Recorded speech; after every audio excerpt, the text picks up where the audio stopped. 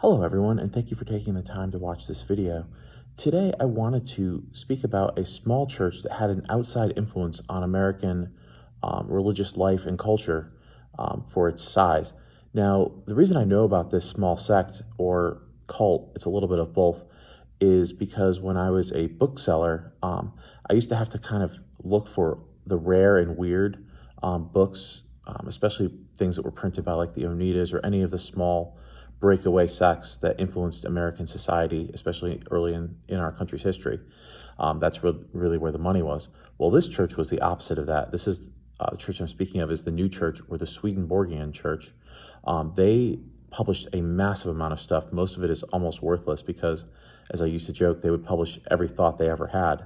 Now, the Swedenborgian Church is interesting. It's based on the ideas of this guy who was a little bit of a theologian / mystic named Charles Swedenborg. He was from Sweden, actually, and right around the 1760s is when he was active. He was very influential, both in his own time and the people, his followers that he influenced later on, going down through the centuries. Now, the Swedenborg's ideas initially reached us through Great Britain. The first best known Swedenborgian missionary is Johnny Appleseed.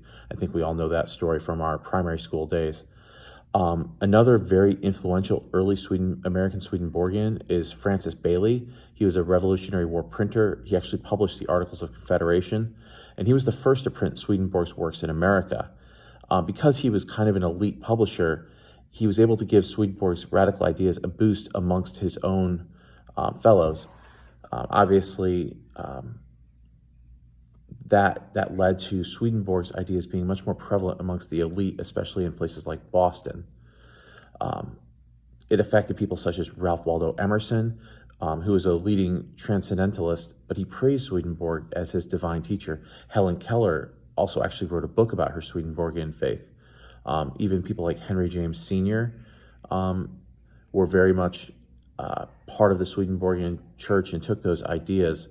Swedenborgianism also very much affected the idea of spiritualism that grew in the late 19th century.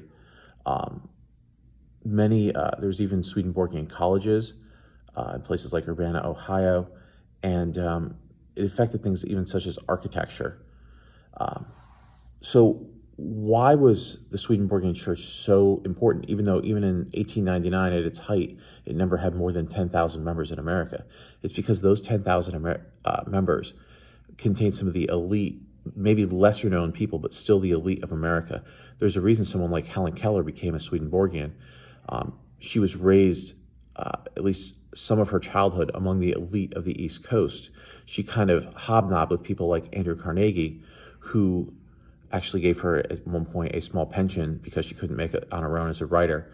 And that's in those circles is where the ideas of Charles Swedenborg really resonated. So even though to this day almost nobody knows about this church, some of its ideas still are pervasive through our American society, especially some of Swedenborg's more radical ideas of theology. So anyway, I want to thank you all for taking the time to watch this video, and I really hope you check out some of the more interesting ideas about Swedenborg. Not very many people know about this church, and I think it's interesting because of its outsized effect on America. Thank you again.